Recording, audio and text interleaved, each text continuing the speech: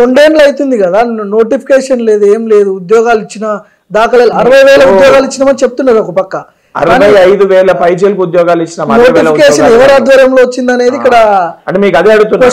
అంటే ఇప్పుడు మీరు అడిగే మాట ప్రకారంగా బీఆర్ఎస్ పార్టీ నోటిఫికేషన్ ఇచ్చిందని చెప్పి ఆ ఉద్యోగాలు నింపొద్దనంటవా?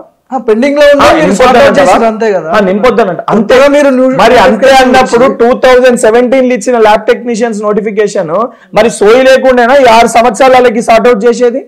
17 ఎక్కడ, 23 ఎక్కడ, ఎన్ని ఇయర్స్?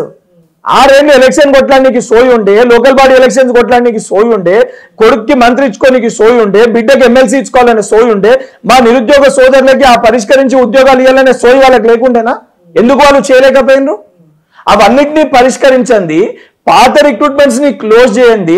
ఆ రిక్రూట్మెంట్స్ లో ఎన్ని ఖాళీలు ఉన్నాయి తెలియకపోతే, అవి నోటిఫై కాకపోతే ఆ సంబంధించిన డిపార్ట్మెంట్స్ కొత్త నోటిఫికేషన్ ఎట్లా ఇస్తారు?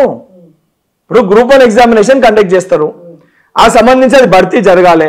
భర్తీ జరిగినాక ఎన్ని పోస్టులు మిగులుతాయో తెలుస్తుంది.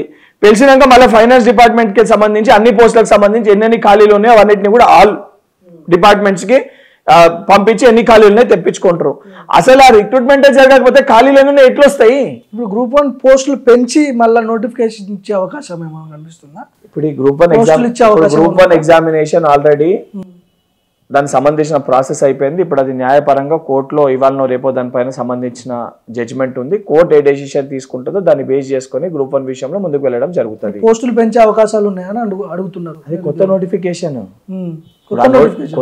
గ్రూప్ 1 ఇంకా ఆల్రెడీ గ్రూప్ 1 నడుస్తూనే ఉంది కదా, కొత్త నోటిఫికేషన్ నేను కొత్త నోటిఫికేషన్ ఇస్తారు. ఇది అయినాక ఎన్ని ఖాళీలు ఉన్నాయో అవన్నిటిని కూడా చేసి దాని ప్రొసీజర్ ప్రకారం అన్నిటినీ ఫిల్అప్ చేస్తారు. ప్రతి దాన్ని కూడా ప్రతి డిపార్ట్మెంట్ లో కూడా దానిపైన మీకు రాబోయే అసెంబ్లీ సెషన్ లో అన్నిటినీ కూడా దాని ప్రొసీజర్ ప్రకారంగా సిస్టమ్ ప్రకారంగా రెక్టిఫై చేసి ప్రతిది కూడా విద్యార్థులకి యువకులకి భరోసా కల్పించే విధంగా ఈ ప్రభుత్వం ఉద్యోగాలను నింపుతుంది.